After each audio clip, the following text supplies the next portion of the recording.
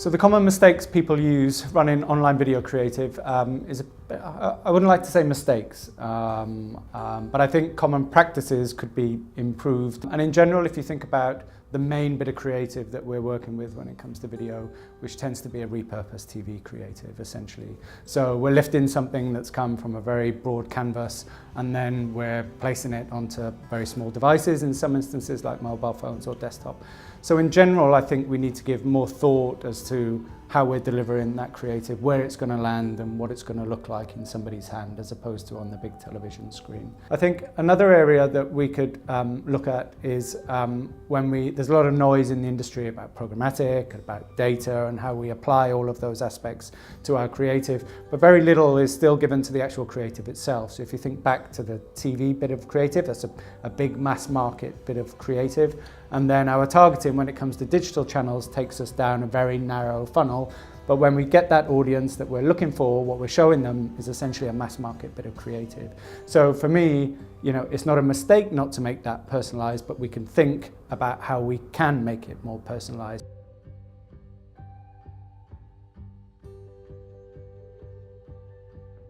I'd also like to see greater adoption of digital content pre-testing. So finding out beforehand how our creative is likely to play out in front of a specific audience. From that basis, we can then advise the advertiser either to potentially dial up that spend because this creative performs in the top percentile of what we see in that specific vertical, so finance for instance, or if it isn't resonating with the audience, similarly we could advise that they probably dial down spend.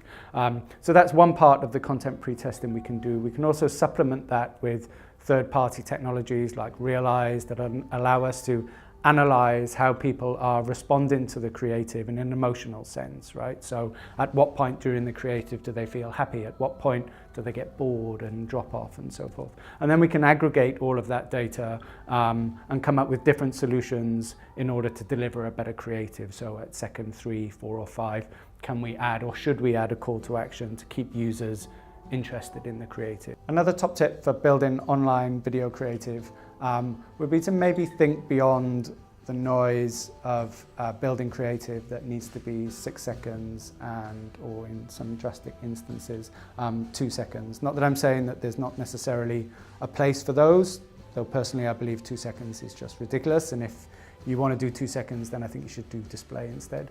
But 6 seconds has its place, and it has its place in the wider strategy, right?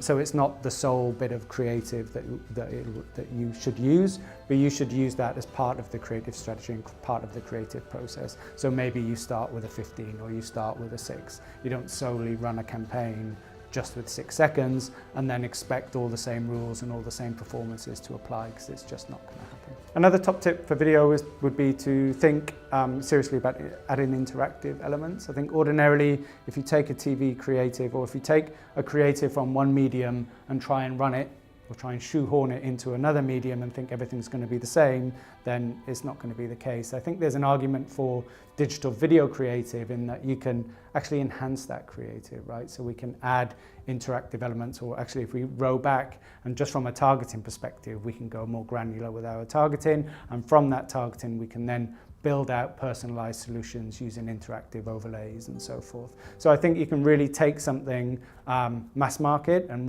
really help it deliver to a specific individual.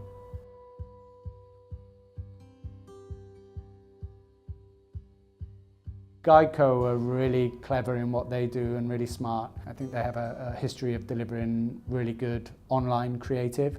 So case in point, their recent batch, I think they've got about 6 or 7 videos, and there's a voiceover on those videos telling the audience that this video has been condensed for their viewing pleasure, which makes you feel as if you're only going to see 5 seconds or 2 seconds, but actually it's still 15, it's just the view gets condensed. So a big Geico logo comes in from the left hand side and just squashes the set on which they're filming, and then you're left with the big Geico brand logo.